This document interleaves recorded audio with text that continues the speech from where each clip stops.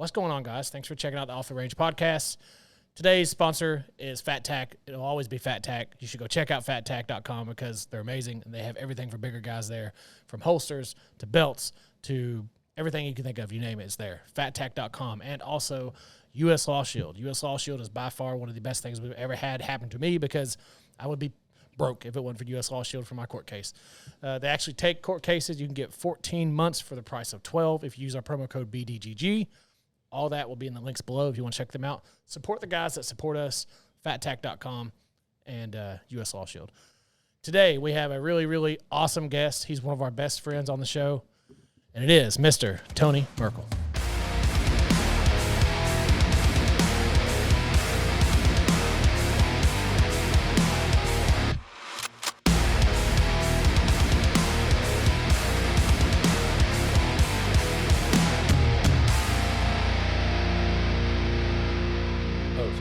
I was like, fist bump somebody. Somebody hit it. Leave me hanging. What's going on, man? Not much, man. I think it's so funny that everybody has to do that whenever they come on a show. What's that?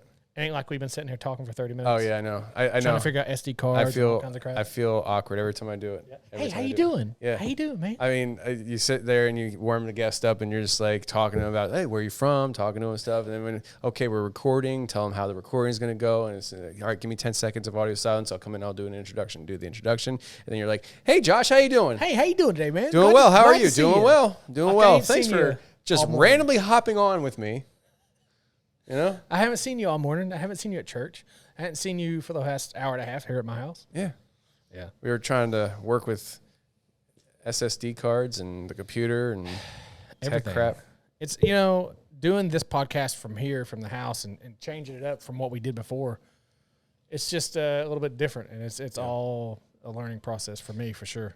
I mean, it's all a learning process. I mean, the every level is a learning process. I mean, I think even Joe Rogan is probably learning new things every month. Yeah. You're tweaking things, new things pop up.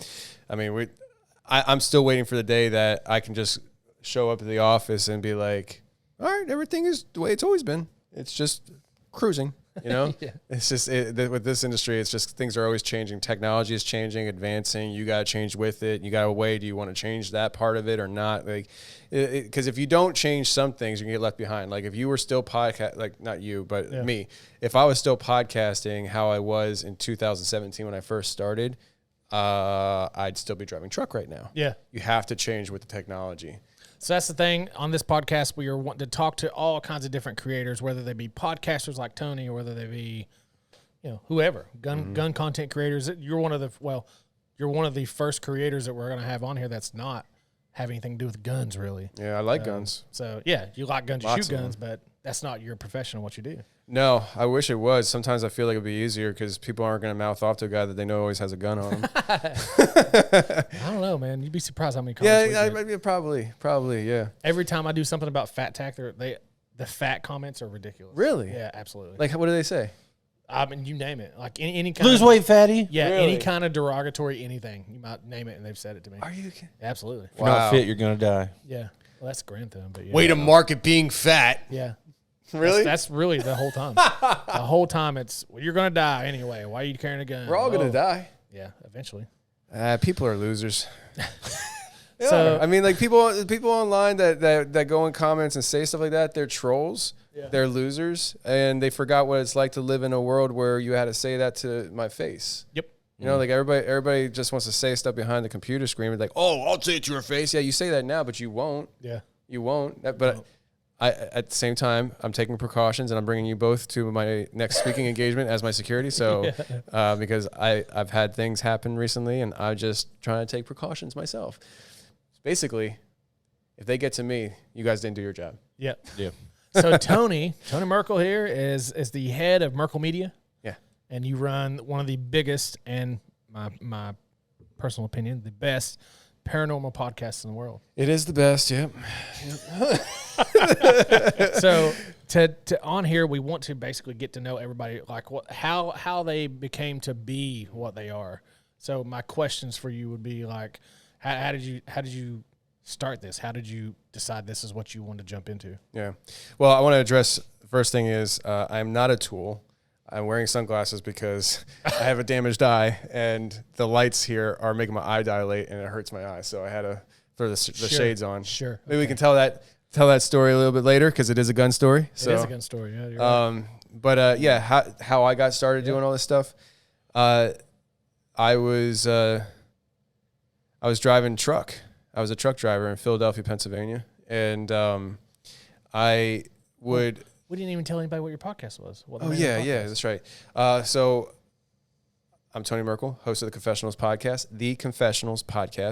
and we talk to people about their crazy, bizarre experiences with the supernatural realm, the paranormal, cryptids, Bigfoot, Dogman, Mothman. What else do we cover? I mean, everything and anything. We talk to people about their experiences. Josh is dropping mics. Whoops. Yeah, mic drop. Already done. But yeah, we talk to people about their experiences, and we also bring on people who maybe have done a lot of research on it and have things to talk about. But it's an entertaining show. I don't really set out to have episodes where I bring somebody on to lecture. It's really not my thing. And when I get a sense that somebody wants to do that, I don't bring them on because I don't want it to be a lecture. I want it to be a conversation, entertainment, engaging, things like that. So that's what I do. And we have we started doing a lot more stuff in studio now. I've noticed. Yeah, I'm trying. Yeah, I'm trying, and that hopefully will tick up more. So basically, people that contact me that I don't know, I usually do remote with them. Yeah, at least for now, because I don't know you. But like if I contact you, it's because I know you somehow, whether I know you or I found you online because you're already out there. And just generally speaking, if you already have your own platform of any kind, you're going to know how to conduct yourself in a little bit of a professional manner. Cause I don't want people coming to the studio and thinking they can just stop by anytime, But have you flown people in to come yeah, in? Really? Yeah. Like you spent your money to fly them in? Really? Yeah. Chicago, Minneapolis, Indiana. Yeah. So I'm at the point now, like you live here close to me. Yeah. But I'm at the point 8 minutes away. Like, no, I flew you in. That's what happened.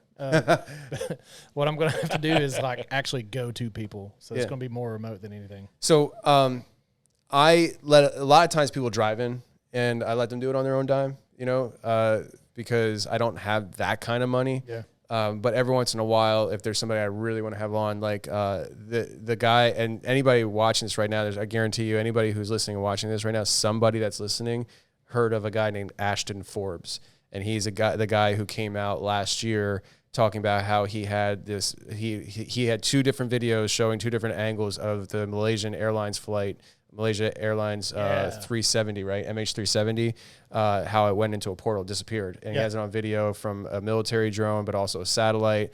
And somebody on Twitter, it wasn't Twitter. It was X. It was X by then. Somebody on X tagged me in his video on X onto his account. And I saw it. I was like, whoa, now that's interesting. So I just commented and I said, I already shot you a DM. If you're interested in talking on my show, get a hold of me. So he DM'd me back. We were that was a Friday night at like midnight. So actually a Saturday morning. By like 7 or 8 o'clock Saturday morning, him and I are on the phone together talking. And I'm buying plane tickets and flying him in for after church on Sunday. I flew him in here. We did a show after church and then flew him back home. So it was that fast of a turnaround. Wow. And he was the first or second guest that I've flown in. You're like, I got to get him here. I have to. Yeah. And because I knew he was going to blow up, and I wanted to be the one to really put him on. Yeah. And for the longest time, his profile picture was from my studio. Oh, that's cool. But yeah, I mean, he now has like 150,000 followers on X, and he Rogan invited him on his podcast, and then said, never mind, I think it's BS. But Rogan found him through my channel because the day that Rogan contacted Ashton, he also subscribed to my channel. So Rogan subscribes to my channel. Oh, by the way, awesome. like a week ago, Roseanne Barr subscribed to the channel. Really? Yeah, that's awesome. So I shot them. I've been watching hers recently. Yeah, of course, it's right up my alley. Yeah. So I shot her an email. I was like, hey, just connecting if you want to do something. I haven't heard back, but you never know. Never know. Wait, man. what's going on with Roseanne Barr? She has a podcast. She has a podcast, and it's like But she talks about whatever. So she'll talk about Trump, and she'll talk about like flat Earth. Like she just had a guy Flat Earth on. Oh, gotcha. I was like, I'm not a Flat Earth guy, but like if you want to get weird, like I know how to do that. So. I didn't know the guy that she had with her was her son, and that guy's an actor too. He's been in a bunch of stuff, but I can't remember his name. I didn't know he was an actor. I knew it was her son. I just seen his face, and I was like, dude, I know that guy from somewhere. Like he's been in some stuff of hers, probably. Yeah, it's her son. I didn't know that. Yeah. So, anyways, I've flown people in, but a lot of times people come in because they want to advance what their mission is, and they know that come on my show is a good way to do that. Yeah. Like. I tell people it's like if you say you're a podcaster in my field, by coming on my show it doesn't guarantee you to have a large audience, but it helps, and it certainly will bolster you to new levels if you come in with the attitude of I need to prove myself. Yeah. So when I don't do a whole lot of guest appearances on other people's shows a whole lot anymore. When I do though, and this I don't really consider because we're friends, we're neighbors, and it's not in my field. Like, I don't know how many people of your audience is going to want to check out my stuff, but it is what it is. I hope a lot. I mean, hopefully, yeah. But like, if I'm going on a show, like say it's Sam Tripoli's Tinfoil Hat podcast, like it's a large podcast with people that are of like mind. Yeah, I'm going on there. And I'm planning on hitting a grand slam. Yeah. Like I'm going on there and I'm going to bring my A game. I'm going to bring the energy. I'm going to bring it all. Like I'm going to go hard. Yeah, and you always do too. There's some of my favorite episodes. Really? That's how I found you. Was through Tinfoil Hat. Oh wow. So a little backstory of how we actually all met is Brandon actually was listening to something. He was on a live. Well, I'd found you through Tinfoil Hat. And I was like, man, I want to start listening more to this dude's podcast. So I subscribed to you, and I was listening to it. And I had an experience of my own, and I wanted to share it with you. You still haven't, have you? No. On the show? No. Yeah, in the studio. We've never been on the podcast, even though you've been here for like 3 years. You were live on Instagram, and I happened to comment on there. I was like, hey, man, I saw something weird when I was 11. And you were like, oh, you're holding out on me and all this. I actually recorded it, screen recorded it. Really? Yeah. And people are screen recording my lives? Just because I commented on it. I wanted to see if you would, because there was only like 12 people on the live. Oh, I feel like a loser now. But that was a while ago, though. That was like 5 years ago. Yeah, something like that. And and you're like, dude, hit me up. And then I can't remember how. I think you sent me a screenshot of a comment that you commented on Black Diamond Guns and Gear. Yeah, I think so. But that was before. It was whenever we released that video of the skeet, what? Yeah, skeet. yeah. That video. Was it that one? Yeah, and then you commented on it and were like, this is my new favorite YouTube channel. The funny thing was you sent me something about it was a prepping episode thing that or you something. did. No, it was something about no, it was because you had that sponsor. What sponsor? FATTAC.com? No, yeah. yeah. Like the prepping with Tony or whatever. Oh yeah, prepare with the confessionals. Prepare with the confessionals. That's what it was. Yeah. Is that what it was? Yeah. I thought it was a something about. It was a reading that he was doing, and then he just went on this rant. Yeah, it was and a rant. I sent it to you. Yeah, I went on a rant. Me? Yeah. It was a good one too. Yeah, it was a good one. I don't do a whole lot of those anymore because I've kind of chilled a lot. But I think it's time for me to start ramping up and getting wild. And that's what gets views. Yeah, I know. I just it takes a lot of energy out of me. Oh yeah. You know, like to get like you guys saw how I was when I got here because of the email I got. You know, you should do that. I mean, it's just it takes it wears me out. Yeah. And I had a radio show called Rage Against Dystopia, and it was that. That's what it was. The dystopian. Whatever. That's the it was a dystopian episode? Yeah. Oh, I know. It's like the whole episode was like a monologue. Yeah. Yeah. I went off on that. Yeah, that was a crazy one. That's why I was like, this is why I like this guy. I was like, subscribe. I was standing in my studio in Pennsylvania. We had just built it, and I had put one of those L desks, the corner desks, but it went up and down, and I had a general idea of how I wanted to talk. I knew this was going to be a different episode. I raised that thing up and I was like, I'm going to stand for this one. And I stood there for 45 minutes going, and I was like talking with my hands a lot. So nobody's in the room and stuff, but I was like, you think you know, Yeah. you have no idea. Yeah, Like I was just going, and but that comes through the vocals, you know, Yeah. and I think when I put that out there, I was like, people are gonna love this, they're gonna hate it. It was good. Those are the early days, man, when I cared a lot more about pleasing people. It's not a matter of size of a show that will change your mind. It's getting beat down to the point that you just start living your life for you. Yeah. So like in this world of content creation, when you first start out, I think almost everybody starts out with the same mindset of they want to create stuff that other people consume. Yeah. So you're in your mind as somebody who doesn't have a platform, you're creating things for other people. Mm-hmm. And so when you put your hard time into it and you create things for other people, and then you start getting the feedback of acceptance and rejection, and the rejection always is louder than the acceptance, because the people who are accepting of it, they liked it, but they don't feel like an overwhelming desire to go seek you out to tell you how much they love you. They just love you and they listen. Yeah. But the people who hate you are the ones that want to seek you out, and they beat you down. Mm-hmm. And you get kind of caught up in this, you know, oh man, what did I do wrong? Am I saying the wrong thing? And you're trying to create a show for everybody else except for you, and all these complete strangers in the world that you don't know. They really don't know you. They think they know you. They don't know you. Yeah. And all of a sudden you find yourself in a position where you're just living in this like designed hell for yourself, where you're trying to do things for everybody else that you don't know. And no matter how hard you try, there's always going to be somebody out there that hates you and you said the wrong thing. And so I got to the point where I just do what I think is cool, what I want to do. I record stuff. I don't even produce it anymore. I literally sit down, I do the recording, and then it's done. Yeah. For me, the job has to be produced, it has to be put out, scheduled, all that stuff, but like it's done for me. And I don't care what you or anybody else thinks of it. I liked it. And if I liked it, I'm cool with it. And if me liking what I'm putting out is not good enough, like I joke about it, but I'm dead serious. I literally will be okay living in a double wide trailer down by a river, just homesteading and homeschooling my kids because I can't put them in private school and they're not going to government funded schools. Like, I don't care.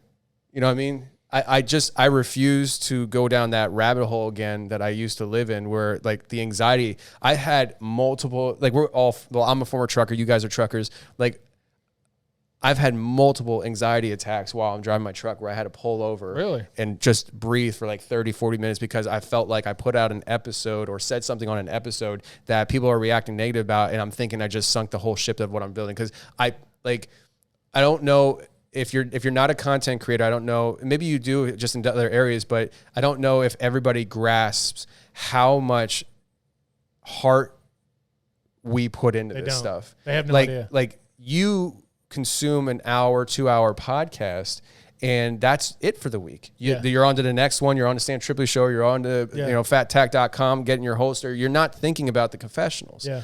All I ever do is think about the confessionals. Yeah. Always. It's literally my job. Mm-hmm. I wake up thinking about it. I go to bed thinking about it. And it's even harder when it's not your job and you still have to do it. Yeah. And that's the thing. Like so I'm driving my truck trying to build this thing because I'm trying to build it into something that I'm getting out of truck driving. Right. And I'm like, I just sank it all because I put out this episode that's controversial, whatever. And you just get to the point where it's just like, man, you're putting yourself through this like mental abuse. And so I just kind of got to the point where, you know, kind of backtracking a little bit, that ranting episode was maybe the beginning stages of that, because I knew it was going to hit a nerve for a lot of people in a good way and a bad way. And as time gone on, that was years ago, but as time went on, I just kind of gotten more and more comfortable with the idea of just like, I don't create podcasts. I don't create anything for anybody but for Tony Merkel. I think I had a early on idea of like how not to care about that. And that's what's helped me through the whole thing. Now, I mean, obviously, you know, like I've put up different videos about being fat and all this sort of stuff, right? FATTAC, whatever, and the holsters. When I used to watch a guy named James Yeager, I mean, you can still go back and watch his videos now. I'm sure people know who he is. His attitude the entire time I've ever watched any of his videos where He doesn't care what you think. He doesn't care this and that and the other. He's just going to tell you how it is, and it's the truth, whether you believe it or not. You can choose to believe it or not, or you can take a walk. Like, that was his attitude the whole time. And that was the attitude I had coming into doing Black Diamond Guns of Gear and all that stuff like that. That was the attitude I had from the very beginning. Now, that's not to say that I didn't want to create videos that I knew would get views. Like, that's mainly, that's what you do. You're in it to get views. You're in it to get people to watch your stuff, right? I mean, that's just what it is. Or get listens or downloads or whatever. The thing is that I had that mentality, like when I very first began, was I don't care what people think, and that's the attitude I gotta have to make myself go over with these people. Yeah. And because whether they like you, which most in my case, most do, but there's a lot that don't, and the lot that don't are the ones that actually fuel it to get to the people that are gonna like you. Because the more people that talk on it, the more people that comment, it pushes it out there for people to see it. Yeah. And so I almost want to create those controversial things about like showing my stomach and all the other stuff. I wouldn't think that's controversial. Well, it is if you're a fat person. A lot of people don't want to see fat people. That's the thing. I don't want people to see me. Like that's this not video true angle anymore, right right here. I'm just like, I don't want people to see this. Look at me. Look at me next to Tony. I look like a freaking. Oh well, yeah. You know, it's same person. Yeah. I don't think that's true though, because like isn't like all these like magazines now putting like plus size models out there? Just call yourself a plus size model, you're good. But those are liberals. But not in our world. Just pretend. Pretend I'm a liberal. Just pretend. That's the I don't thing. think I can do that. In our culture or our like, you know, the gun guys or whatever, you know, they don't want to see that. they don't care about that. They literally say if you're not fit, you're going to die. Yeah. Like they tell you straight how it is. Well, this shirt says what? Lift heavy, shoot guns. Yeah. Which I don't lift heavy, but You had some pigs you were either. lifting, right? yeah, not no more though. They're in pieces in my freezer. I got a story about what I did with those guts and everything. Whoo-wee. Did I tell you that? No, yeah, I mean, yeah. Okay. But hang on. It's like y'all are talking about, like creating the content and everything. It's a work of art. Yeah. Oh, absolutely. And like, you don't know how many times I've heard about bands that are like, yeah, man, we used to play these small shows at these small bars or these small venues where like there's so much crowd participation, people are jumping everywhere and everything and crowd surfing and whatnot, and then they get huge and they're playing arenas and stuff and they don't have that, you know, that. Absolutely. That bond Whenever anymore? you play shows, and like, because I mean, we both used to play music, whatever. When you play shows and you're in that smaller, intimate, even when you see a bigger band, like you were talking about, if you see a bigger band and they're playing a smaller venue and it's more intimate, it's just more. It's just fun. It's more fun, in my opinion. And that's what it reminded me of is like, you know, all those bands that are huge now and they're talking about how they miss having those smaller shows because it was more intimate. Yeah. And like you could like talk to the kids after the shows and stuff and like all that stuff. But it's the art. Like that's what you're putting out and that's what you should focus on, what you want to do. Yeah. Funnest show I've ever played ever was when there's a place down here in Maryville called it was like a practice place, right? Yeah. And that's where we used to practice at. And it was a room probably about as small as this living room right here. That's the whole practice space. Jeez. And we had 200 people stacked in a room this big, and they were out the door and inside the room, and people were all over each other, and we were playing, and it was the funnest show I've ever played in my life, and it was for nothing. We didn't even get paid for it. It was just our practice. It's like playing at Java. Did you ever play at Java or go to a show at Java? Oh, yeah. Dude, like going to see like Red Winter Dying or something like at Java, dude. That's why they quit having shows there. It was because people were like breaking stuff. Destroying stuff. Yeah. Yep. Because they were just going nuts. Hey, it just sounded like Tony. Yep. Yep. But before, so going back to what you did before, so you were a truck driver before. Yeah. And that made you be like, I don't want to do this anymore, so I want to start a podcast, or what? Yeah. I mean, if you want to, I think, I don't know how you guys feel, but I mean, when I started driving truck, I loved it. And then it became soul sucking. Yeah. Because it's like, it's fun. That's pretty much where I'm at right now. Yeah. It's the sleep, dude, for me. That's what it is. Really? It's the weight gain for me. Really? I've gained Oh, like that's the 150 that was pounds. me too. So like I put on weight too. Like when I got into trucking, I went in and out of the industry, but when I committed to the job I quit from, I was like, I'm gonna be a trucker now. Like this is just what I'm gonna do. I was 170, and when I left, I was like 220. But I was cool with it. Like I was like, whatever. I'm a freaking truck driver. I'm a fat truck driver. Who cares? Like whatever. And FATTAC.com. So like, but FATTAC.com. I'm just doing Plugs. I'm just doing what I'm supposed to do, right? You guys told me to do that, right? Yeah. Yep. No? Okay. But 10 more times. yeah, okay, sounds good. But for me, it was the schedule of you come in when we tell you you come in. Yeah. And you don't leave until we tell you you're allowed to leave. Yeah. That's what drove me nuts because I was LTL. So Ah. I wasn't home. I wasn't gone every day, like overnight. I was home every day. But there's different ways that the schedule would go. Like if I was on a later schedule, you're going to make less money. So if I wanted to start 9 o'clock in the morning, I'm going to make less because you're technically losing time on the day because we're all going to end around the same time is when they tell us we're done. Yeah. But you're just not working as early.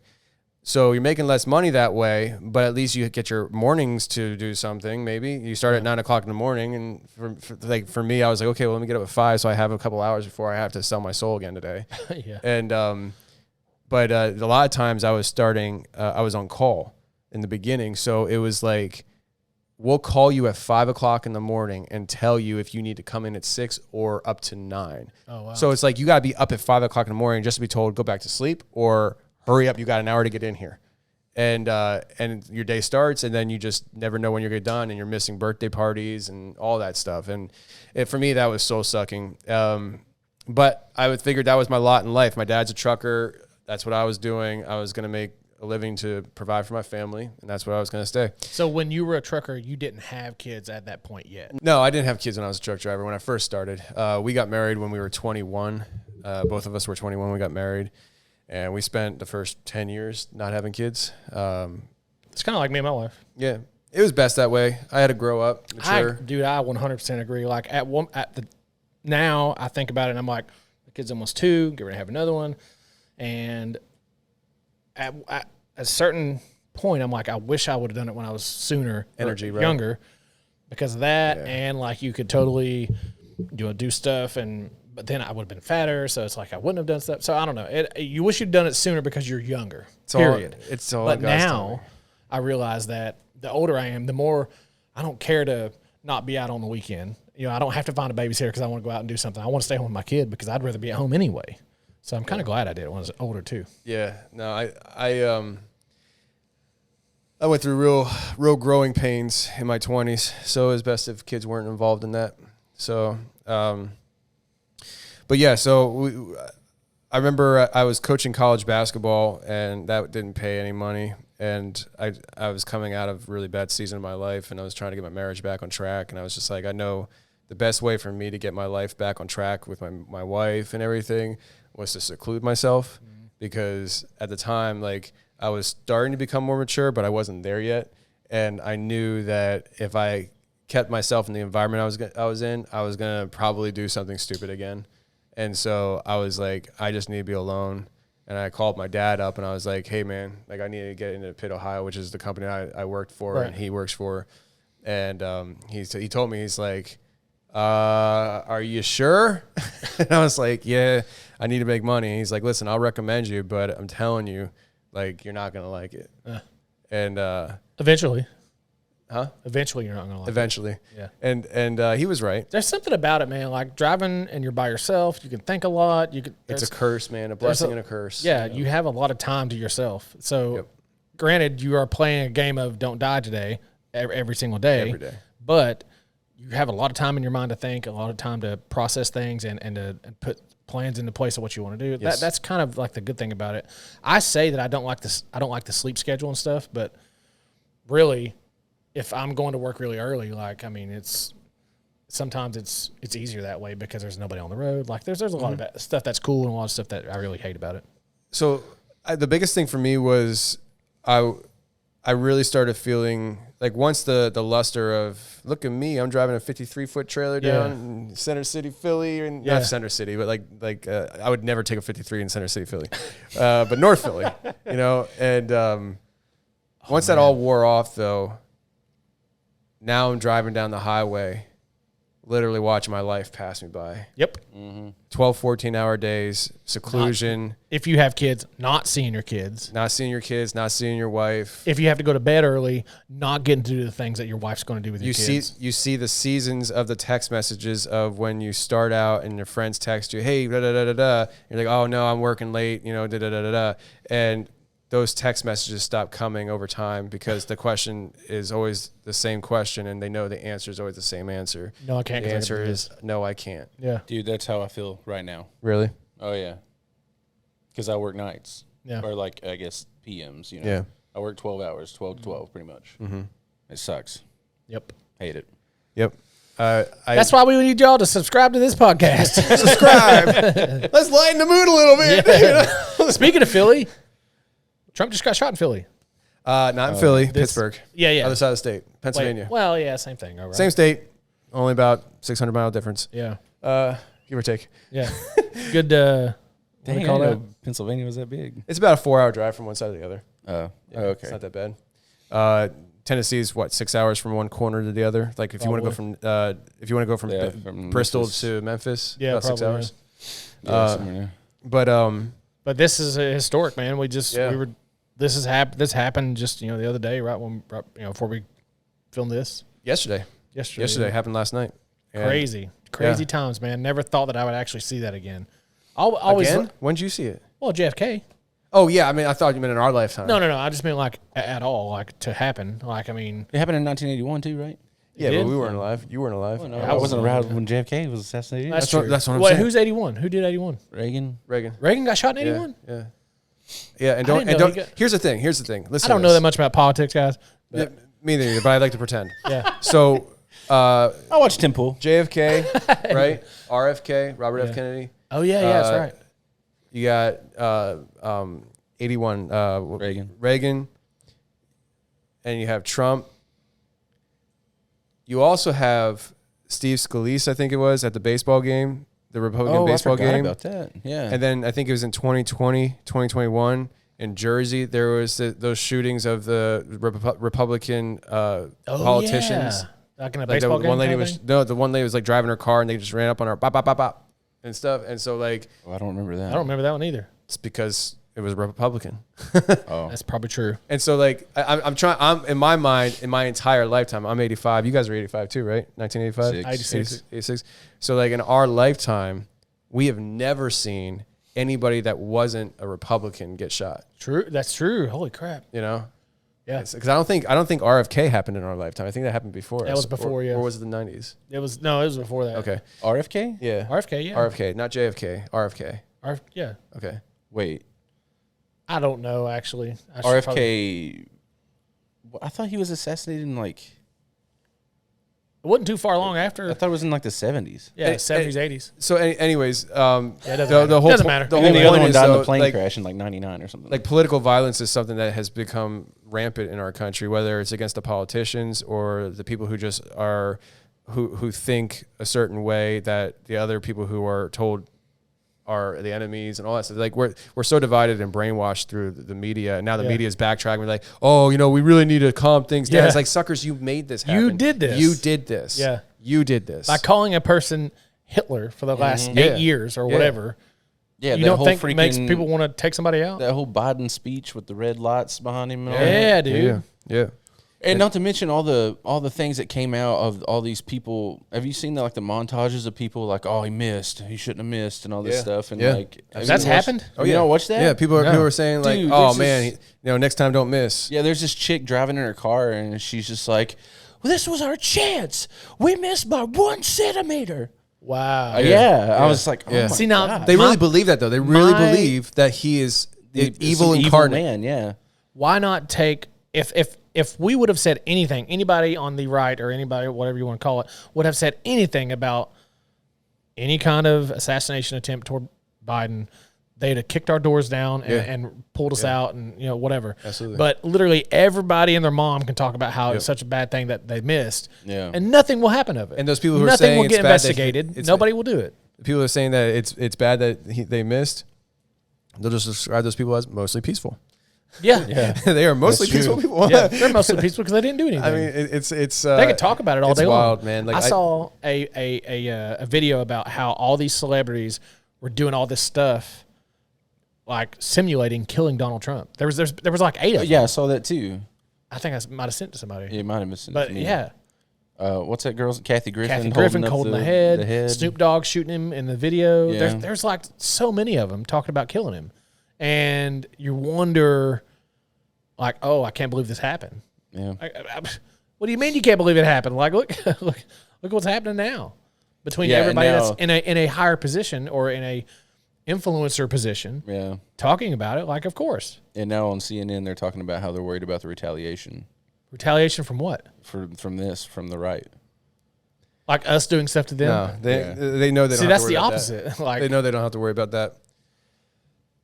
It's so crazy that it's even coming to this. yeah. Yeah. No, In I mean, my mind. Listen, I put out on my X yesterday. I said, "How do you make Trump? How do you make Trump stronger? You miss," because that's literally what happened yesterday. Yeah. Like I'm interested on Monday to find out how much more money he raised in funding. The first thing I said after it happened was, "There's no way possible he doesn't win now, unless it's just like completely, blatantly, obviously rigged. There's no way that he doesn't win now." Yeah. Unless they don't miss next time. Yeah. There won't be a next time. There won't be a next time. You don't think so? No.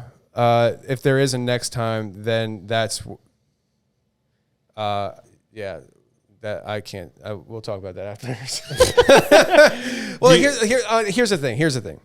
If there is a next time, then you won't have to sit around wondering what motives are and who is sending the motives. You'll have all the answers you need, and it's then a very clear 1 + 1 = 2. Everything's black and white. There is no gray, and that is a very dangerous world to live in, and I don't think most people want that world. Yeah. Unless they're really ready for it. Did you ever really even think about politics before 2016? Oh yeah. See, I didn't. Yeah. I was. I was into politics. I like, in never. high school. Never. I'm not like a politics guy. Like I know this, that, and the other, but I definitely pay attention and thought things like for me, I was more a culture observer than politics observer, and politics is downhill from culture, and I started seeing things in the early 2000s when I had gotten married that weren't sitting right with me.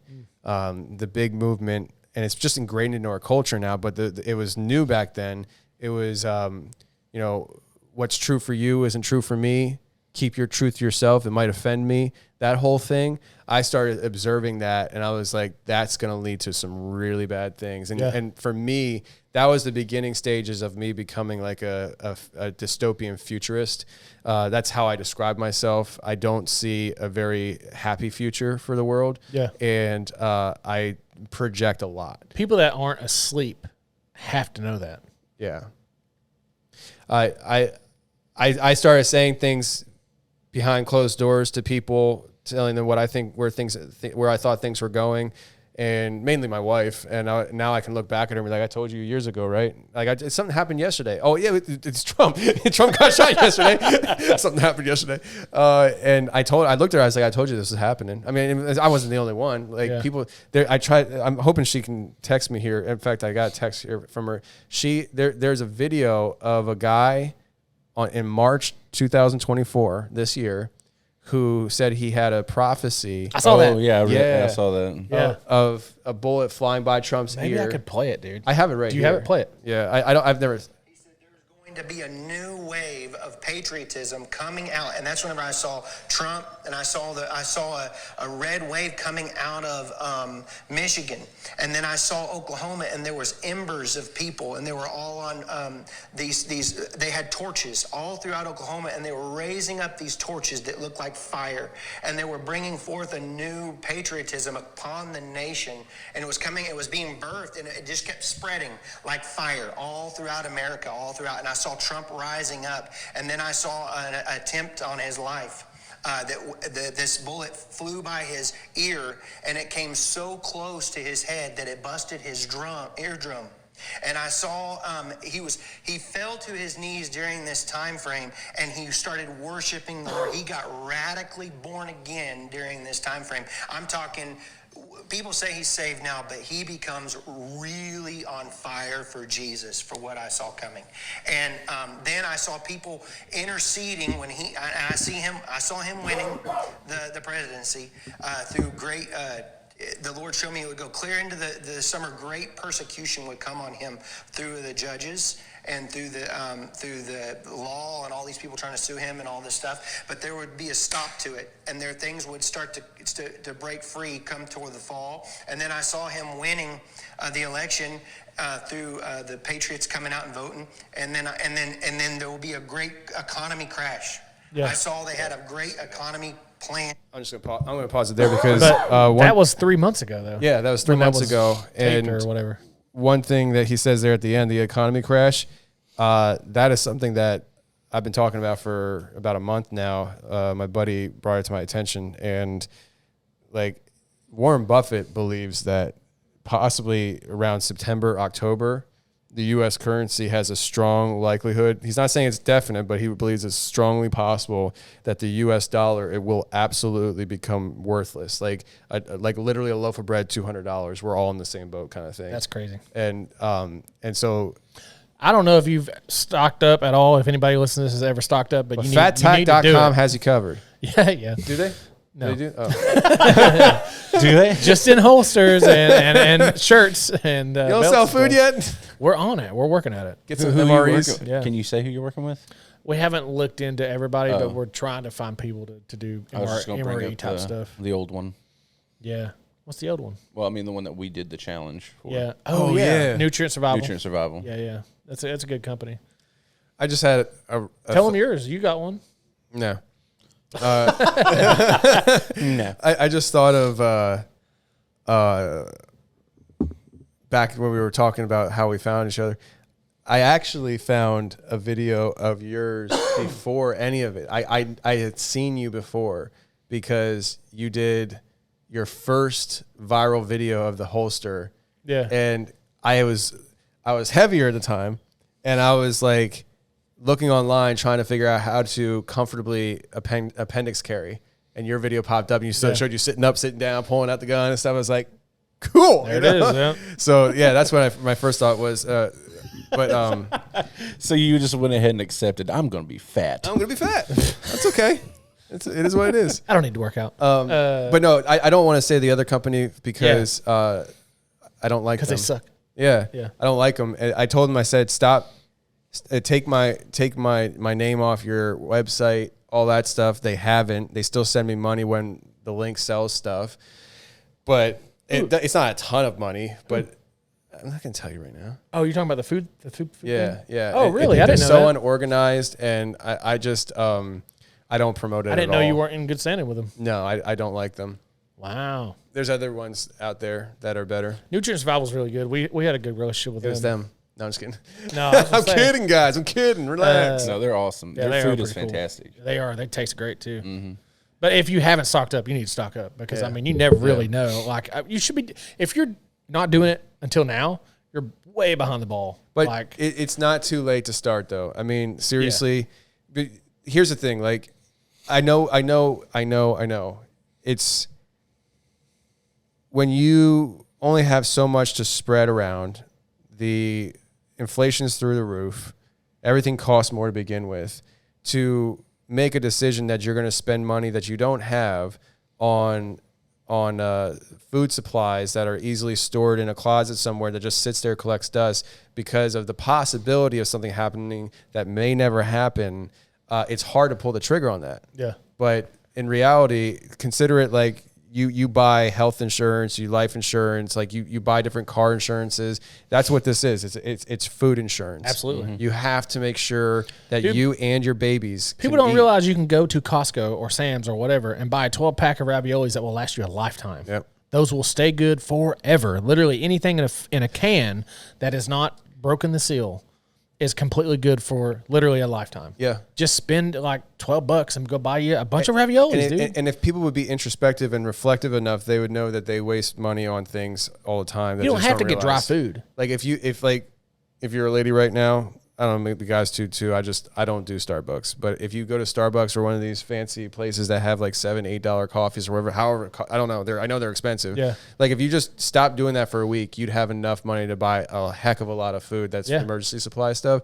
And then you can start thinking about things like how am I going to cook this? Like if you have natural gas going to your house, electric. Okay, well I should probably get a generator. Well, what about heat? Like I'll use the grill, but it's propane. Will I have propane in a dystopian world? Probably not. What about charcoal?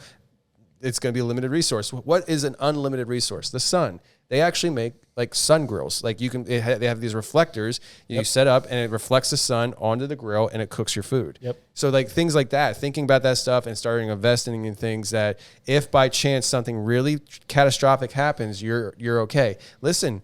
The people in Greece 10, 15 years ago, whenever their economy collapsed, like they woke up one day and they had no money, none. It was just done, and what are you going to do? So one of the most memorable episodes of the Confessionals that I know is because I'm a huge fan of The Office. And you had Love The Office. You had Rainn Wilson on your podcast. Oh yeah, that's right. But he was under an alias or like a Terry Carnation. Yeah, and I didn't know who it was. And like you were talking to him, like, and you did the intro, and then he interrupted the intro, and he's like, "Can I start now, Tony?" And you just go, "No." Was that planned? No. That's so funny. The whole thing was a riff. Oh, that's so funny. That's great. Yeah, we just riffed off each other. That's awesome. It was great. Yeah, I like it when he starts talking to like his dead mother or whatever. Yeah, yeah. It was like a 20-minute conversation, and there was people that were emailing saying three different people. I can't believe you got Rainn Wilson on your show. Do you have any idea you were actually talking to Rainn Wilson? Oh yeah, no, not at all. And then other people who were emailing saying, I can't believe you believed anything that guy said. That was how I was. That's how I was. It was a shtick. I didn't know it was Rainn Wilson. I had to look it up. I was like, what's this kid's name? And I looked him up, and his face popped up. And I was like, oh, this is all a joke. Yes. But I didn't realize but that. But you can't, like, it's not a joke if at the end you're like, guys, it's a joke. So you just let it go. Yeah, but yeah, it is crazy. Did you listen to it? He was like, what is that, mother? Yeah, he's talking to his dead mother. Oh, really? He's like That's talking funny. to his dead mom. Yeah, he said something about like, you remind me of a paranormal Joe Rogan. I was like, well, actually, people do say that. Technically, that's what people say. That's kind of what I am. That's the way that first man. When I have that picture you saved as your logo face in my phone, the one that you said somebody made you. Oh yeah. That was actually Jason York. Oh really? Yeah, the guy that does FATTAC design stuff. Yeah, he's great, man. Oh, He does such good work. Good dude. We make just tell him an idea, and he basically just like okay, and it just appears like he does fast great too. work. Yeah, fast. Like I told him one day about an idea I had, and like 20 minutes later it was done. I was like, yep. Do you work? Like, bro. I told him I wanted a FATTAC and BDGG 24, like the Reagan slogan for like his, what is it, like the signs, you put up like the vice president and president name and then the year. Hawk Tua 24. Yeah. And he was like, okay. And he literally sent it to me like in 10 minutes. And I was like, that's great, man. It's amazing. Yeah. Proper adieu, Jason York from AFK Discussions Podcast. There you go. Yeah. AFK Discussions. Another paranormal thing that's connected. Yeah. I listened to his show once. It was just the other day. They were live, him and Phil, and it was a good conversation. They're just riffing off each other.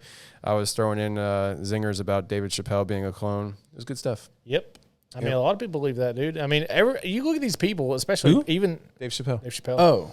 Kanye, Dave Chappelle, what's the other one? Jamie Foxx, Biden. Like all these people don't look like themselves. So how do you, that happens how do when you get think? older? It does happen when you get older. And I'll Yeah, tell you, and people get Did you like see that facelifts and stuff. Did you see that side by side, like they cut the half face of Matt Damon and compared his face from like 1990? face? Matt Damon. Matt Damon? Yeah, they like compared it like a face from like To himself. 1990, To himself, like gotcha. 1999 or something till now. I think it was 94 because I think they did like 30 years or something. Yeah. what 30 years can do to a person's face. Yeah. Yeah. I mean, obviously your body changes and everything, but fundamental things like your earlobes connecting to your side of your So face. here's the thing. Or certain I think we lines cracked. in your I think I face. cracked that one. What? The earlobe thing with Biden. It's a facelift. It's got to be, but I'm pretty sure. It was hard because you can't control the camera angles, but I'm pretty sure at the debate, I could see his right earlobe was not there, but his left was. It looks like he has one earlobe and one no earlobe. Really? It might be a facelift thing, but it might be. It literally might be the cause of people saying sometimes he has earlobes, sometimes he doesn't. Depends on what side of the face you're looking at, and if it's possible. a mirrored image, Yeah. So, Yeah, it's possible. just saying. The facelift thing is definitely a thing. Like it definitely stretches your face and makes it look weird. I mean, it just does. There are body doubles too. I mean, Hillary There Clinton. are people wearing masks, man. You Yeah, cannot. for sure. Absolutely. Hillary Clinton had a body double back in the 90s I forget the lady's name, but she's on Twitter now. Like that's her, like I was Clinton's body double. Yeah. I looked like her. Yeah. And so they totally do that. But then there's the mask thing that they absolutely have masks that can move and look absolutely real. Yeah. I mean, it's amazing. The CIA was doing, I saw a video where they were talking about somebody from the CIA was talking about how they made these masks and they're super realistic and you could sit across the room from somebody and nobody even know that you were even the same person. Yeah. So why would you not think they're using that on other people, especially political people? Yep. Because they don't want something like that happen to Trump happen again. Mm-hmm. That so they're using somebody else to protect the actual person or whatever. I mean that's a no-brainer. Yeah. So do you think Michelle Obama's double's a man? I mean, there's a lot of wiener pics out there. Huh? There's a lot of jumbling wiener Listen, pics. I'm not saying anything that's gonna get me in trouble with our future president. If there's a conspiracy theory that I don't believe, it's that one. I don't believe that Michelle Obama's a dude. She's had a lot of things where her I know, like That could be doctored. but here it could be doctored, but the videos, not the ones I've seen. the Yeah, videos, the of video's not her flopping, penis. The videos I've seen have been pretty organic. Like you can tell it's flapping up against her. I've seen the one that you're talking about where she's dancing. With Ellen. Yeah. Yeah. And of course, I guess if she's wearing like a mic and it got loose, it could be maybe? a cord from it or something. That's very possible. Maybe. Isn't that what her that's- penis's name is Big Mike? Maybe Yeah, that's I what got everybody some calls her. singers. Really That's what wasn't- Johnny B calls her. Huh? Johnny B calls her Big Mike. Oh. But Well, yeah. I mean, I mean, I've just seen some big muscular women before, and I know that they were women. Yeah, yeah. for sure. There's girls out there that can be muscular. And here's the thing: like I've seen pictures. You ever seen China? Yeah, Yeah, right. RIP. for sure. Yeah, Yeah. But there was. however that works. However, I don't know how to do that.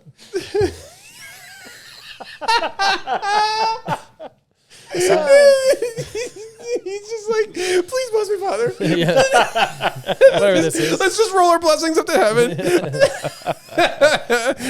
Oh man. Do the Adam Sandler. But so like I've seen, because obviously I don't think we've ever finished, but the confessional stuff, but we can whatever. But I mean, with what I do, obviously I come across a lot of conspiracy stuff, but I've seen pictures of Barack's friend Michael from back in the day. But here's the thing, man.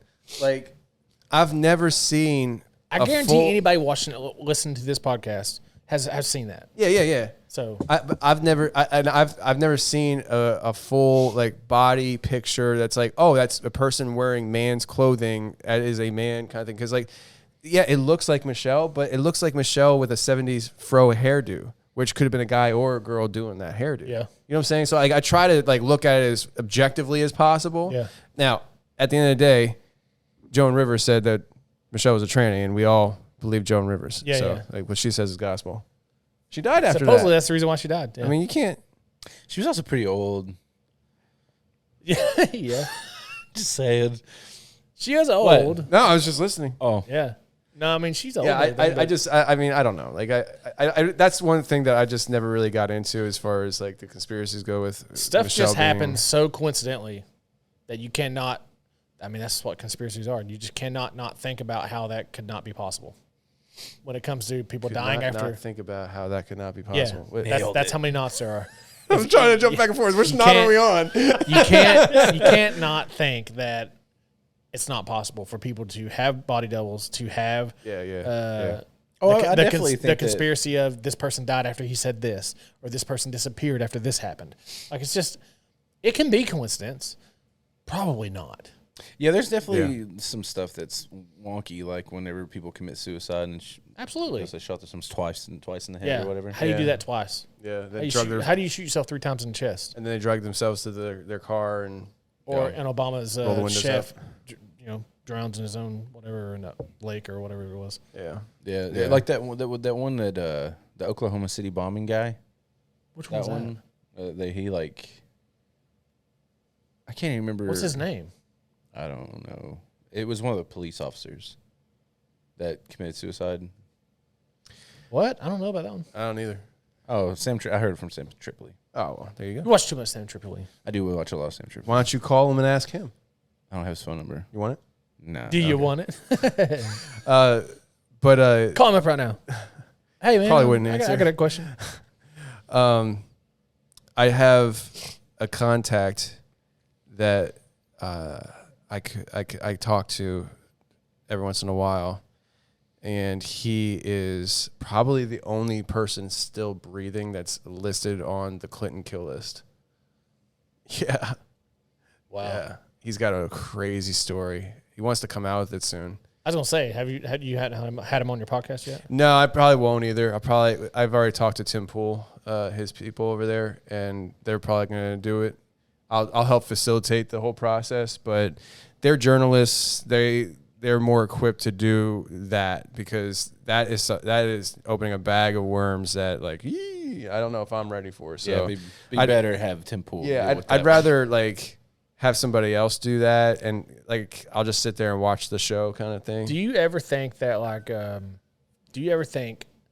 it's the possibility that you're gonna say something or whatever that's gonna bring something up or put something out there that is gonna make you end up on a list or end up on a? I'm already on the list, man. I mean a different kind of list. No, I'm on lists of people who hate me and want me dead and will use occultic means to try to accomplish their goals. I have a lot of there's people out there that are this podcast is gonna be very controversial. Yeah. Well, like spiritual stuff? Yeah, like astral projecting to my property, coming after my children. What? Yeah. I'm convinced of it. There's been several things that have happened now that there are at least 2 people. I don't know if they work together, but there I believe are 2 people. I don't think they're entities. I think they're people who are doing like black magic and trying to come after me. Really? Yeah. So, but it's like what's that thing when you're a kid? The rubber bounce off of me, hits you kind of thing. Yeah. That's what it is for me. Like, well, when you have the religion that we have, it's really not hard to know that like. It's not that I can't get hurt, but I believe that anything that happens to me, God allowed it to happen. It didn't happen because God tried His best and it got through. So I pray for spiritual protection over my family, my property, especially while we dream. Yeah. And sleep, because while we're sleeping, we are probably the most vulnerable we can possibly be to influence in a spiritual realm. And so when you have somebody like my wife who her entire life has lucid dreams, that can be used against her. And so as her husband, I just pray against a lot of that stuff. And but yeah, no, there's been a lot of weird things that has happened since I moved here. I think like I said earlier about me just doing what I want to do, and I don't really make a show for everybody else. These are the consequences of it, because I do my show is not merely, oh, let's talk about ghost stories. Oh, you saw a ghost? Let's talk about it. Like if it was a comedy show where it's like, we're just having a good old time yucking it up, but it's not. Like we have heartfelt discussions, we have probing discussions, we talk about our faith, my faith, and we don't really make apologies for it. We don't dance around things. Yeah. And so that's what it should be. It's drawn negative attention. I think that comes with it, though. I mean, obviously, it's a thing that if you want to put the right stuff out there, and you feel like this is what you got to do, and this is what God has called you to do, to put this out there, 100%, it's going to come with it, and you're either going to have to accept it or don't do it. And if you don't do it, are you going against what God's telling you to do? Exactly. Not doing it's not an option for me. I guess we can go into how I actually got into podcasting, since this is kind of where it's going. I was driving my truck, and God spoke to me. The Holy Spirit spoke to me. It was like not like audible, but like I could feel the Holy Spirit speaking in my spirit. And I felt that the Holy Spirit impressed on me that I was going to be a podcaster one day, and I was going to work alongside a guy named Wes Germer from Sasquatch Chronicles. He has a podcast that I listened to, didn't know him. I went home that night, told my wife what I felt God was speaking to me. About a month later, I didn't pursue anything because I didn't want to be a podcaster. But you weren't into paranormal stuff before, or you were? I wasn't into paranormal stuff. I was just into Bigfoot. Like I was like, oh man, Bigfoot's interesting. I like the topic. I want to go out there and find the stupid thing. Yeah. And so about a month later, though, I backed my truck into the dock at work, getting ready to leave. It's like 8:30 at night or something, and my Facebook Messenger is ringing, and it's Wes Germer from Sasquatch Chronicles, and he's calling me because he wanted to know if I was ever on his show to tell my Bigfoot encounter. I'm like, I've never had a Bigfoot encounter, so no. Oh, wow. And we talked for like 45 minutes. In that first conversation, he's encouraging me to start a podcast. And so I knew that this was all like preordained kind of thing. So ever since I started the show, it's something that God called me into. I didn't understand why. Like God calls people to be pastors, not podcasters about paranormal. But the fact is, there's a whole world out there that really jams on this stuff that is neglected by your traditional Christian church. Yeah. It's not totally their fault. Like, I mean, where does that ministry even start at? Yeah. Well, maybe it starts at the podcast level. Yeah. And so we started the podcast, and it's evolved over the years. And as I evolved as a host and got more like, I don't really care what you think, because everything I do to please you makes you mad at me anyways. So I'm just going to do what I want to do. As soon as I started doing that, that put the X on me, because now there's no handcuffs. Right. And I'm just like, listen, here it is. I'm just going to do what I want to do. And the only thing that's going to sink this ship is when God says it's going to be sunk. Yeah. And I'm good with that. So prior to that, I guess other than the little like videos of you like going out and looking for things, so you put a lot of that stuff on your YouTube and Instagram and all that stuff where you're going out searching for things and stuff.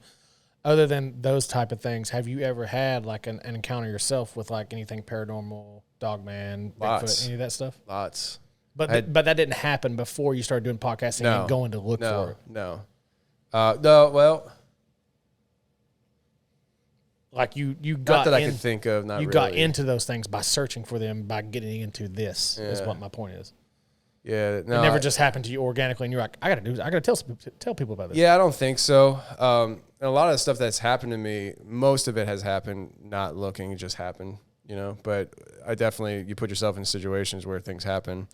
But before I get off onto that tangent, I'll just circle back to say, because of my faith as a Christian and just saying what I want to say in this field, there's a lot of people in the dark arts that listen and do not like it. Yeah. And I've come to understand that, and there's been people that will suggest like, well, you should quit then. It's not my job to quit. Like, I went down that road. Like, you were there. I think you were even there at church like 3 or 4 months ago. I was sitting there and I was like, I think I'm done. Yeah. I think I'm good. I'm going to quit. Yeah. I was so tapped out. And then it took God speaking to me again and basically laid out to me. Like I felt, it wasn't like, this was not like God calling me into podcasting. It was just more of like a coming to an understanding. God called me into podcasting, and I can't treat it like a job where I can decide when I'm done. he'll let me know when I'm done. When you first started the podcast, this paranormal podcast, were you religious at the time? Mm-hmm. So you were still. Oh yeah, you just said Very God much, talked to you. very much. So I came to Christ March 29th, 2014. So how did that impact the way that you, I guess, put out the content toward that kind of stuff, where paranormal stuff is more or less, like you said, not into churches and stuff like that, where it's like it's more or less centered around people that aren't saved, is what I'm saying. Yeah. Like, so how did you approach like being a religious person and also doing stuff that is kind of taboo toward religious stuff? Yeah, I mean, you just kind of sneak in the back door, you know, like, you know, you just, because I know before you were like, I don't really want to tell people what I do when I come to church because they won't accept it. Yeah, I was very nervous about that. I don't think everybody at church knows what I do per se. Specifically, they know I'm a filmmaker and a podcaster, but I don't think they know exactly. They're going to find out on Wednesday, I think, when I go in for Bible study. I think it's next Wednesday when Pastor's going to start talking about aliens on Wednesday night Bible study. Nice. And when he talks that, I'm like, okay, guys, here's the reason why I know so much about this stuff. This is my job. I feel like I kind of paved the way for that one when I was getting baptized. This guy here.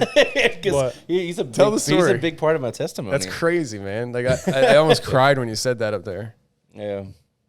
What about you driving the truck and the? Yeah, just my testimony in general is Yeah. like I was listening to Tony's podcast, and there was a dude on there that was talking about how he basically had I don't even know, it was like an apparition appeared in front of him. Well, that's how he said it, but it was like foggy, you know, and like he swerved his car to miss it, and then like because he was like falling asleep at the wheel or whatever, and then whenever he got to his destination, he looked back on that as a sign from God that, you know, man, that I'm so glad God did that, you know, that type of thing. And then I was in my truck driving to Atlanta, or I was in Atlanta, and like it was when I heard that, and I was just like, God, if you could show me a sign like that, I'd believe in you. Yeah. At the time, you did not. No, I was complete atheist, Yeah. nihilism, everything, and but like, and then that's when that car crash happened right in front of me. I told you about that. Yeah. Yeah. But I have it on camera because on their dash cams. Right. And you can, and when me and our boss was going over the video, Yeah. you could hear Tony's podcast playing in the background. and I was like, and I didn't like put two and two together that I had said that, you know, and then like it happened. And then like I was sitting in the driver room in Atlanta, and I was just sitting there, and I was just like, man, I think that might have been my sign, you know? And then so I started going through Instagram and deleting like all this bad stuff that I was following, and I started following like pastors and worship leaders and worship music and all this stuff, and I was just completely changing like the Your algorithm. yeah, Yourself. right. And then like a few months later, I ended up giving my life to Jesus. So That's amazing. That's so cool. I remember sitting there in church, and you were getting baptized, and you were speaking, and I'll never forget the way you said it. You're sitting there like, I have my one friend. He has a podcast. I was like, that's me. yeah. You just put your hand up. Because when Tony first started coming to our church, he goes, I don't really want people to know what I do for a living. And then I was getting baptized, and then you know, Jerry wanted me to say some things, so I was like, yeah, my buddy Tony has this podcast where he talks about weird stuff. The funny thing is, when I was telling you about coming to church there, I was like, dude, Jerry's into that. He's into like the Nephilim and all that stuff. So yeah, like I think you'll be sitting right at home, and you're like, okay. The first Sunday we walk in there, Tracy, I didn't know it was his wife, but Tracy shows us around the church.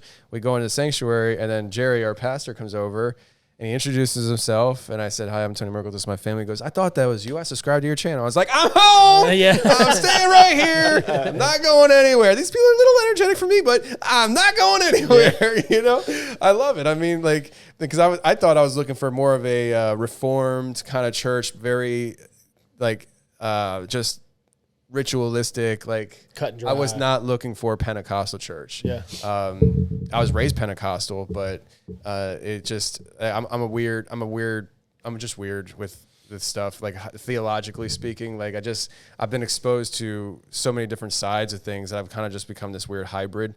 And so when it like, but also it's like I really think everybody worships differently, and you guys are music guys. My brother's a music guy. People are music people seem to do really good in Pentecostal churches.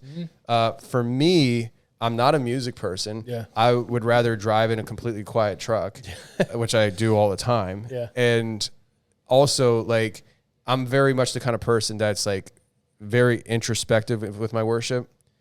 Like, I get, and maybe it's the ADHD stuff that I get distracted easy, but like doing stuff, I get distracted off of Christ and the Holy Spirit. Yeah. And so like, I'm the kind of person when I sit down to read my Bible, I'll actually read like a few verses and I'll reread them like a ton. And I just like let it soak in. I'm just like, and it just, I don't have the ability to read chapters at a time and can hold on to it. Same. So, anyways, praise God. What were we talking about? I don't know, actually. We were ADHD, man. Yeah, I know, but we were going to go to. You were talking about meeting Jerry for the first time. Yeah, but I forget what we were talking about. But anyways, podcasting, the faith, and all that stuff. It definitely shows challenges. Oh yeah, like how you basically went into it, even though you're a Christian, going into stuff that was like kind of taboo. It's definitely challenging. It's not anymore. Yeah, there's like a whole new industry of it since I started. Where like when I first started, I was pretty much like the only like, hey, I'm a Christian, let's talk about paranormal stuff kind of guy, and now it's become not as taboo, which is great. Yeah, I have friends now, but. Yeah, it's just there's real spiritual warfare that comes along with this territory, and there will be people who would suggest that I quit. It's not my job to quit, and I got to put my faith in Christ. That let me say that without stuttering. Faith in Christ. That like He's got me. Yeah. Right. So in the same way that 2,000 years ago He died on the cross for the sins that didn't even exist yet that I commit. In that same vein, I know that He's got me through all time. Yeah. You know, He's going to protect me and my family. He's that's what I'm saying. It's kind of hard not to, in the religion that we have, not to know that God is above all of that. So it's really it's not hard to be like not worried about it, is my point. And even at the same time with that, like even if there is suffering to be had, like who said it was supposed to be easy again? Yeah. You know what I mean? Kind of like carrying a gun. Who said it was supposed to be comfortable? Yeah, exactly. FATTAC does actually. Yeah, go get your FATTAC.com. Most comfortable. But I mean, it's I think when I look at the church fathers and throughout history, there's been a lot of people who suffered for the name of Jesus. Absolutely. And so I'm not suffering right now. No. I'm just in the middle of, right now, we're in the middle of spiritual warfare. Yeah. I don't know exactly where the attack is coming from, but I know that God's got me. Yeah. You know, so I'm good. Mm-hmm. But you did ask about, do I have experiences? I have a wide range of experiences that's happened to me throughout my life. I mean, my first thing that I've ever experienced was a UFO when I was a kid. I was in a trailer park. Me and my mom saw it. It was out in the field, and then it shot down a beam of light. That's caught our attention. It was like on an angle. It wasn't straight down. It was on an angle, shooting a beam of light down. And then it moved towards us, towards the trailer park. And as it got closer, then it shot up this way. And it was just kind of hovering and moving. And I found myself running up the road after it because I was just fascinated. I was like, what is this? You know, I was like that lady on Men in Black or Independence Day. Yeah. Take me! Yeah, I was like, crazy kid. I was just like, anything's better than this trailer park in the middle of nowhere. Take me with me. I want to see the world or universes. I want to see something different. Yeah. Just don't do the butt stuff. Just don't do the butt stuff. That's the name of this podcast.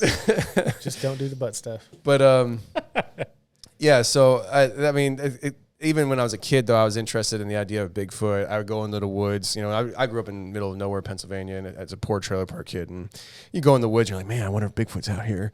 Yeah. But when we were, I think one of my, I mean, I could go anywhere, but we started doing some documentaries, going out on what I call adventure documentaries. And it's just basically me and my guys.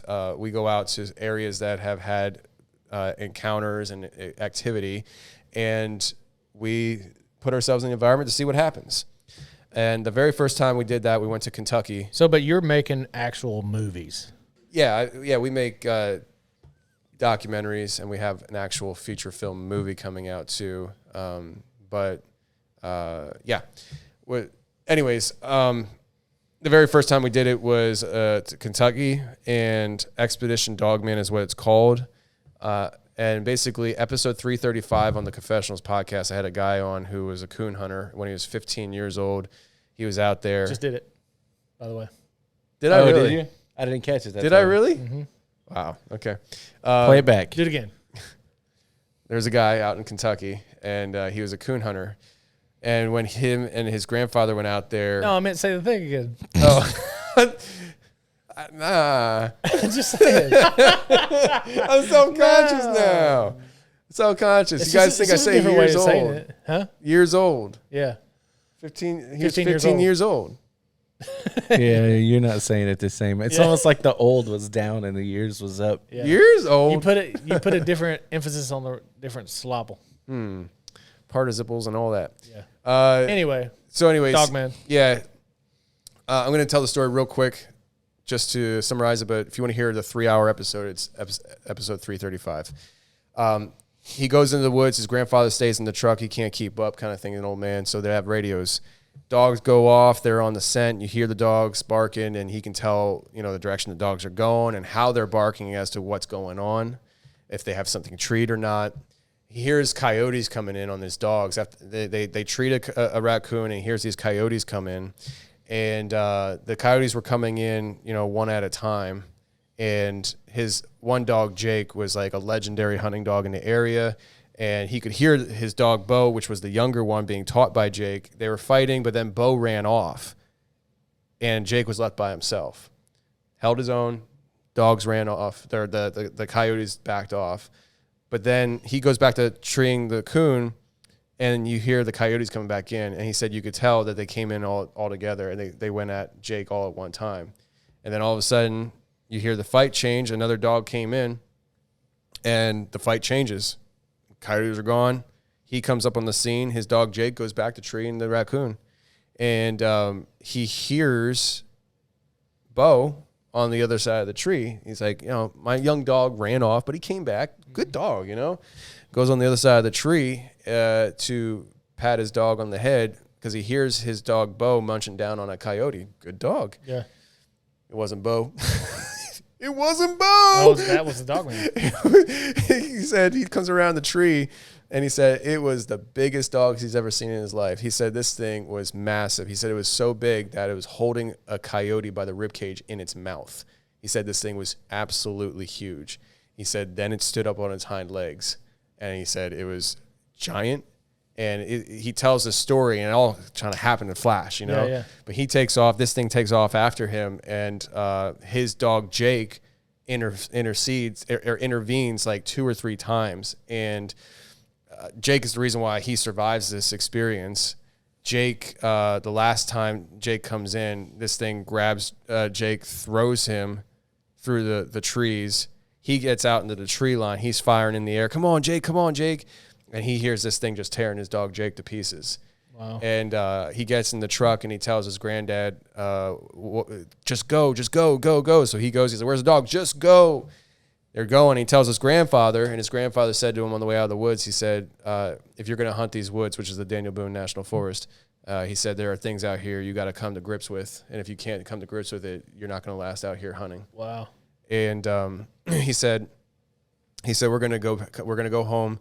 We're going to come back tomorrow and look for Jake and the other and Bo. And he said, there's no point in coming back for Jake. He said, Jake is dead. I heard him tearing Jake apart. And he said, if Jake saved you like you said he saved you, you owe it to him to come look for him. Yeah. And so the next day they go out there, they're looking for Jake, can't find him, yelling for him. And his granddad takes his coat off, lays it on the edge of the road. If Jake is alive, he'll smell the scent and come to the coat. They come back that evening, and they're looking, they can't find him. They're coming up to the coat, and there's a dog, and Kyle said that they thought it was Bo that came back, and it was actually Jake. Jake survived the whole thing. Oh, wow. His body was torn up, his ear was hanging off, all that stuff, but his grandmother actually nursed him to health, and he survived. and he actually went out hunting again, but he was just never the same hunting dog after that. So that story was a very dramatic story. And just on a whim, I said to him, would you let me come and check this area out? And he said, yeah. So I got some guys together with cameras and we went down there, and that's how we started doing documentaries. So that was the first movie / documentary. Yeah. And we went down there, and the whole goal was to get to the scene where this happened because Jake lost his collar that night.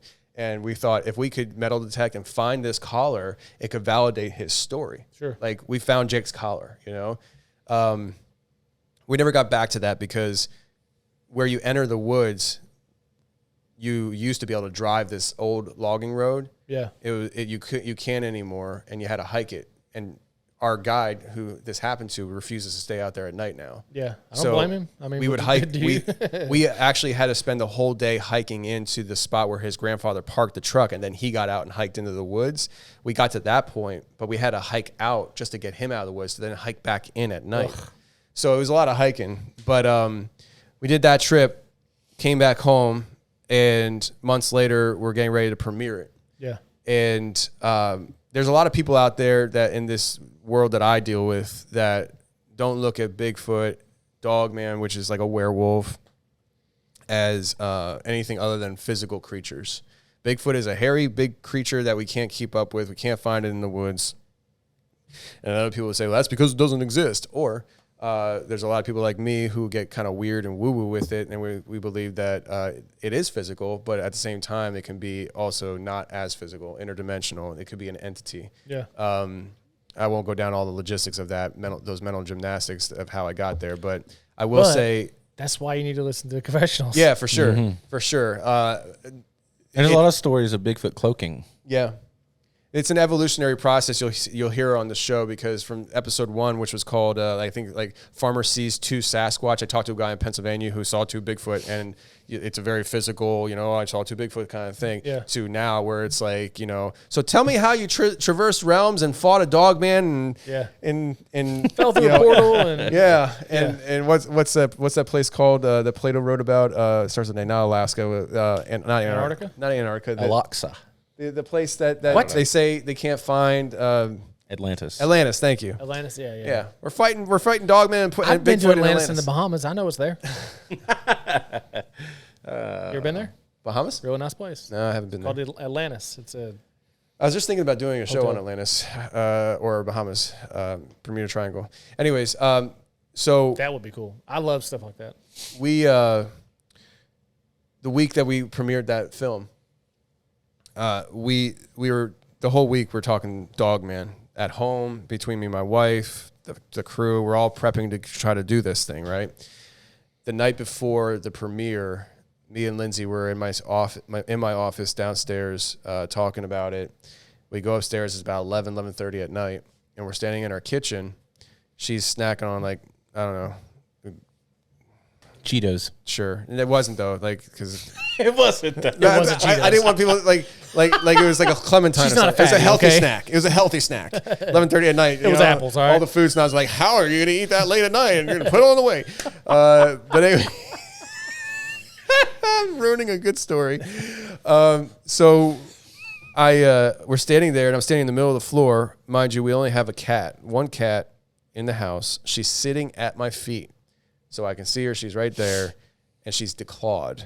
It's important that I say that, because Lindsay and I are standing there talking, and all of a sudden I hear bipedal footsteps in my house with nails clacking on the floor. It was boom, boom, boom, boom. And every footstep that came down, you heard the nails clack on the floor, and my floor all downstairs was hardwood floor. From the steps upstairs was all carpet. So this clacking was coming from the same floor we were on. And I looked at my wife and I said, "Did you hear that?" And she goes, "I felt that." And I did too. Wow. Like, it wasn't something that you just heard. You literally felt the vibrations on the floor of this something very large and heavy walking on the floor. And I was like, ready to go to bed? Like, I was like, We did. We went to bed because, I mean, what are you going to do? So, Dog Man visited me in my house. It is what it is. But she has these lucid... You didn't go out looking for it? No. Out, it was in. Night. I mean, what I'm saying, you didn't go around the house looking for it? No. Why not? Because I wasn't going to see it. I was very convinced it was in my house. And it was walking on the hardwood floor. But it was interdimensional. Oh, okay. I wasn't going to find anything. I think it's piercing through a veil. Okay. Anyways, the show gets weird, guys. Go check out the Confessionals podcast. But so like she has like lucid dreams, and she had a dream around that time where a dog man came walking down our street and stopped outside our house and came up to the window. And so like Lindsay has these dreams that seem to be like prophetic almost in certain ways. Oh, we're made for each other. Yeah. Yeah. She's been really having some wild dreams recently that's making me feel like what's going on with Trump getting shot and stuff. I'm like, you don't gotta believe the crazy podcaster guys, but I'm just telling you, prepare. Just prepare. Yeah. But everybody preaches that in the group that you're talking to now. That's true. You know, I mean, everybody knows that. Preparedness is huge. Yeah, I think that it's a known thing. If you're literally starting now, you're behind the 8 ball. Yeah, you should have been doing it a long time ago, but you should definitely start. Yeah, absolutely. I mean, like you're still breathing, so obviously guns and ammo and all that stuff. Yeah, but we're talking food, we're talking water, we're talking things that you wouldn't think that you would need. Yeah, need to stock up on it. Yep, gold, silver. See, I'm not a big gold person and the reason why I say that is because I believe that you are going to find more. There has to be a value there for the gold for it to mean something. Gold is the foundation of the value of everything, though. So does bullets. True, but I mean, so you got your bullets because you own gold. In a theory, so like you got your bullets because you exchanged a dollar, which is not anymore, but it used to be backed by gold. Yeah. The idea is the foundation is gold will always be the fallback to holding value. The idea is that gold is going to always have value. So, I see where you're going. If everything goes to crap, then how does even gold have value? Like who cares about gold? I'll take it. If dystopia happens and this whole room is filled with gold and you don't want it, I'll take it. Just in the off chance that society turns around and gold all of a sudden has value again. Sure, I'll take it. On the other hand, too, if I have guns and bullets, I can get whatever I want. You can. If you're willing to take it. I think in a practical way, ammo is key because if you're living in that kind of world, everything's collapsed. You're not using the American dollar. You're not using euros and all that crap. You're not using could be bartering with. But you can barter. Yeah. Like you can listen. I want your gallon of milk there. What do you got? I got 2 22s. Yeah. Deal. You know what I mean? Yeah. Like because you got to think like that. Like you have to stock up on ammo, Dan. Those 2 rounds of 22 could get you 2 rabbits. Yeah. So you're trading 2 rabbits for a gallon of milk. Yeah, I agree. If you're not fit, you're gonna die. Just have sleep surgery, man. That's all. That's what I did. That's my advice to everybody. I think when that happens, I think you'll get fit because you won't have an option. Food's not gonna be readily available. Like you're gonna be walking everywhere because you don't have gas in the car. Yeah. Yeah. See, I always go back to the same question. Is like, I cannot see anything without my glasses or contacts. If I lose my glasses or my contacts, I might as well be dead. Like I can't see from me to you. Like Really? You know what I mean? That's what Jack is too. It's crazy. Really? Like, and crazy. that was what back when we had 7-6 Tuesday. That was a big question I had for a lot of people. Was like, and people are like, but Josh with like diabetes, his insulin will run out. Absolutely, yeah. And you die. Right. So. I don't know. What about people that have to be on high blood pressure medicine? What happens if they, Yeah, there's gonna be a lot of people Eventually dead. it kills you. There's gonna be tons of people dead.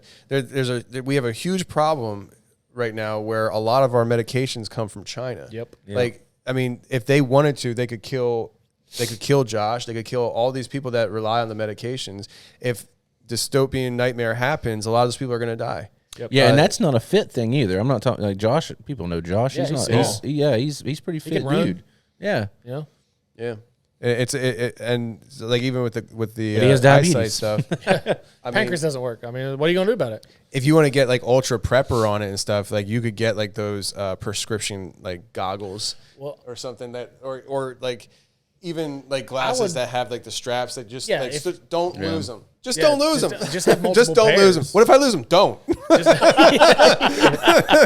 If you have just have multiple pairs, man. I do, but I'm just saying. But things could happen. But in the instance of Josh, like in being diabetic and stuff, like I would even be. I know that he said that like it only lasts a certain amount of time. Like the stuff is only good for so long and stuff like that. Yeah, and if you don't have a freezer or a way to keep it But at the temperature. if I was him, man, I would be stocking up on at least like 6 months. Of Well, that's stuff. what he told me. He said that he worked out something with his doctor. Yeah. And that like he gives him way more than he's apparently prescribed. you can or get something. like horse insulin and stuff like that works pretty good for human stuff too. It's not as good, but it's pretty good, and that would keep you sustained. And that's what I would do. I'd be just stocking up on that crap. And I'm sure okay. I'm pretty stupid when it comes to insulin and everything. Yeah. Can't you like regulate your food intake to like mitigate? It depends. If you're 100% like Josh is like type whatever whichever the one is where your body doesn't produce it at all. Yeah. It's where his pancreas does not work. If you are the lesser of that and your pancreas works a little bit, but it just doesn't work enough to make you good, you can regulate your food and it will help that, but it will not make you 100% better. Yeah. So diet has a lot to do with it. No carbs and sugar basically will cure diabetes for the most part if you're not full blown like Josh is where your pancreas doesn't work. Right. If it works a little bit, doing no carb, no sugar whatsoever, just basically what's the meat, the carnivore diet? Yeah. That cures diabetes. That's a terrifying thing. I mean, what you guys just brought up, I mean, like I'm trying to put myself in Josh's shoes, knowing that there's like I have to rely on medication to stay alive. Like I don't take any medication, and I'm fortunate that as of right now, none of my family is on medication. Yeah. I was that way, man. Before I had the surgery, I had to be on high blood pressure medicine, and that's one thing I hated. I had to be on blood pressure medicine. I had to be on omeprazole. I had to be on those things because of GERD and all that stuff that I had. And then when I did the surgery, it took all that out. Basically. Really? Yeah. I'm not on anything anymore. It's fantastic, man. Nothing. I'm on nothing. Except for Eliquis. I have Factor 5, which that comes with driving trucks and all that stuff like that, and being overweight. But my doctor eventually told me that if I lose enough fat, basically, I can come off that too. Wow. So I've actually went from having to take Eliquis twice a day to once a day now. So it's just like coming down. Hey, you should come to the gym with me. I want to start working out. I'm at the point now. I'm trying to get Jack too, but Jack goes to the gym. I know, but he goes all the way. Like he drives like 45 minutes to go to the gym. Yeah, but it's like 5 minutes from the office. I know, but I'm not going to do that. I know. There's a gym a mile from my house. That I got you. I want to work out, dude. I do push-ups and stuff like that at home, like body weight stuff. But I don't do like lifting weights. Body weight's a good way to work out. I literally just walk right now. I'm walking 2 miles a day. That's great. I don't walk at all hardly, and I should. I don't. Like I started walking about a month ago because just my cardio is so shot these days that running, it's like, okay, that's cute. Cute idea. Yeah. So I started walking though, and I walked like I would do like high pace 5 miles kind of thing. And it takes about, I think like an hour and a half, I think. Yeah.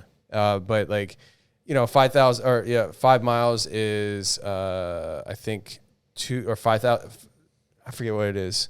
I think 5 miles is 10,000 steps, I think, something like that.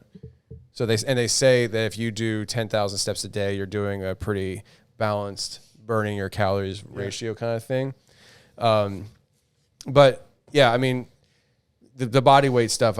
When I was in at the college doing the basketball stuff, I did a lot of body weight training. I would wear like weighted vests doing pull ups and things like that. Still can't do a pull up. Dude, I can't do a pull up now. But like when I was doing it, like I could do like pull ups and everything. But like now I have the bum shoulder that really is it makes it even hard to do push ups, and it's a frustrating thing. Yeah, my shoulder's jacked up too. Truck driving?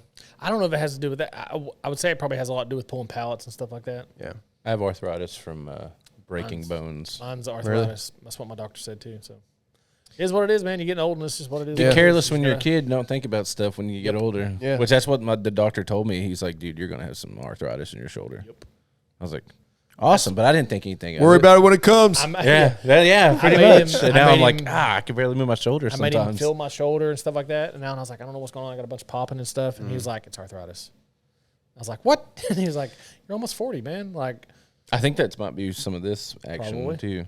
I went to a doctor here about my shoulder, and I said, listen, I got a jacked up shoulder. I need the surgery. I want to get the surgery. What's the next steps?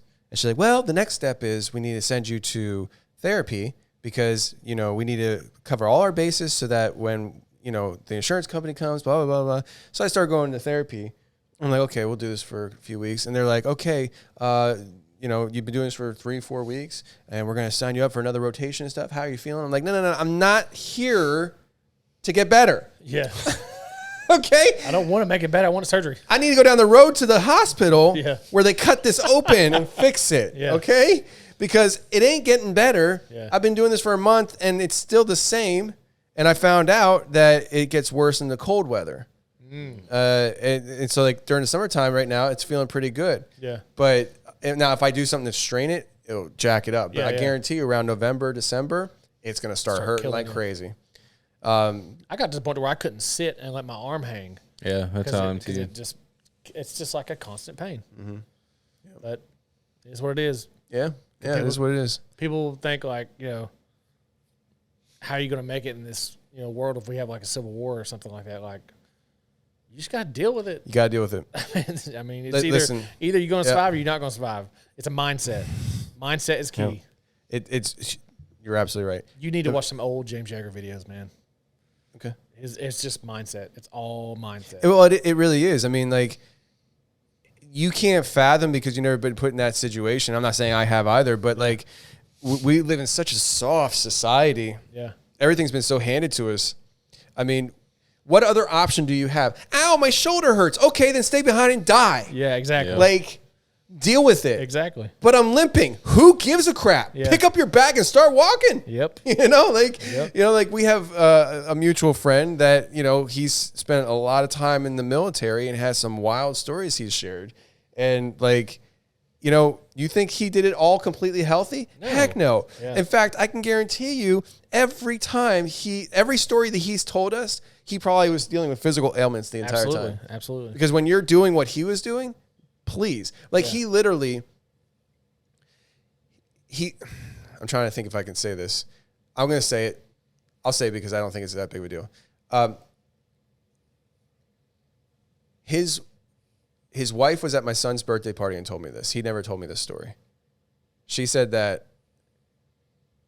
he called her when Baghdad happened, and was it Baghdad? After in 2003. No. In 2019, the embassy. Oh, Oh yeah. Was it Baghdad? I don't know. Either way. I'm really drawing a blank. Are you talking about the Afghanistan withdrawal?